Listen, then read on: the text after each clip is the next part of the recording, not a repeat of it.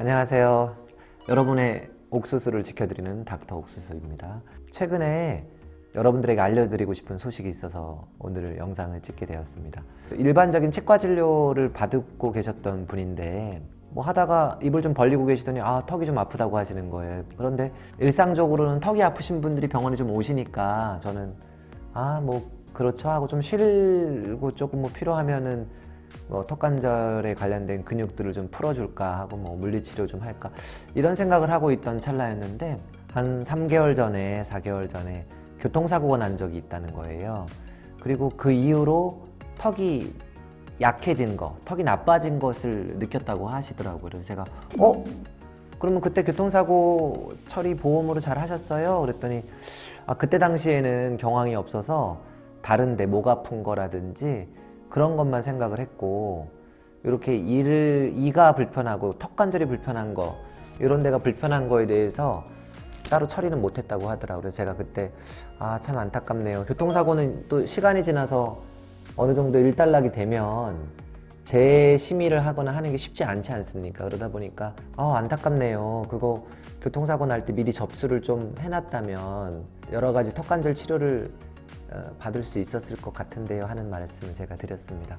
무슨 말씀이냐, 우리가 일반적으로 교통사고가 난다고 할 때 뒤에서 추돌사고가 오든 앞차랑 박았든 보통은 이렇게 목이 심하게 뒤로 꺾였다가 이렇게 떨어지게 되거든요. 특히 뒤에서 받게 되면 관성에 의해서 목이 뒤로 이렇게 크게 제껴졌다가 다시 앞으로 꼬꾸라지는 일이 발생하고, 앞에 부딪히게 되면 그 반대 방향으로 목이 크게 움직이게 됩니다. 목이 크게 움직이게 되면은 생각해 보시면 여러분들 여기 척추라든지 경추라든지 그 안에 있는 디스크, 추간판이라고 부르는 것들, 그 다음에 그 주변에 있는 근육이나 인대, 이런 것들이 손상을 늘어났든 놀랐든 손상을 받게 됩니다.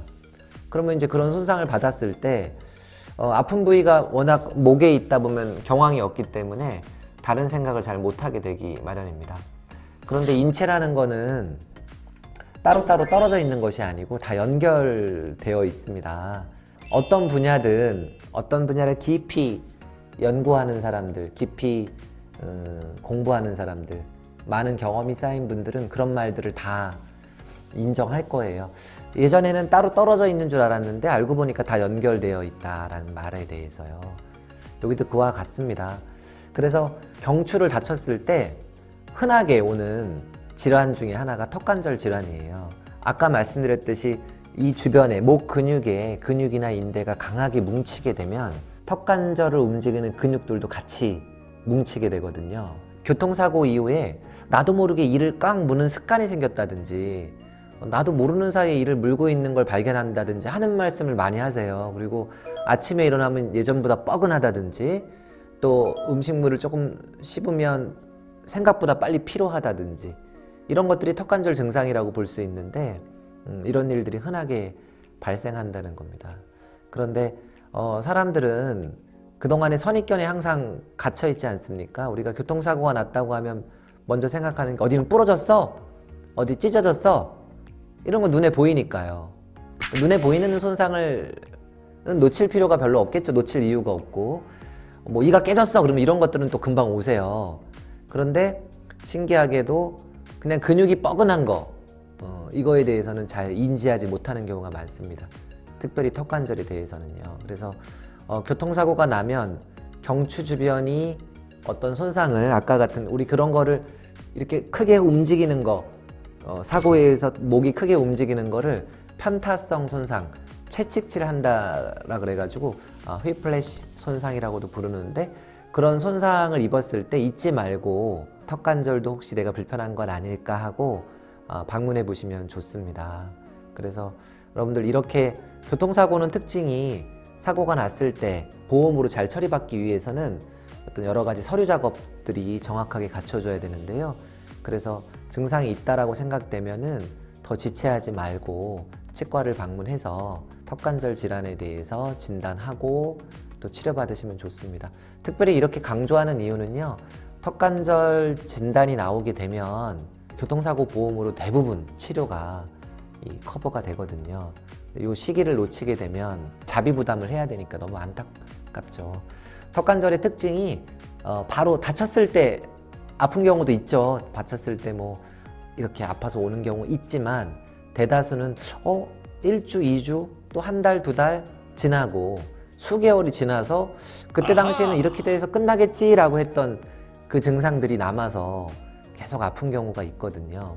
미리 이런 정보들을 잘 배우시고 본인 혹은 주변에 다치신 분들이 있으면 안 되겠지만요. 있다면 꼭 말씀을 해주시기를 바랍니다. 특별히 우리가 그 치과에서 하는 많은 턱관절 치료 방법 중에 교합 안정장치라고 하는 대표적인 장치가 있는데요. 이런 거죠. 이런 거 대표적으로 이런 모양인데 이런 장치들의 교통사고 보험에서 다 커버가 되고 있습니다. 그래서 잊지 말고 그런 치료를 놓치지 않으시기를 바랍니다. 오늘 정리하자면요.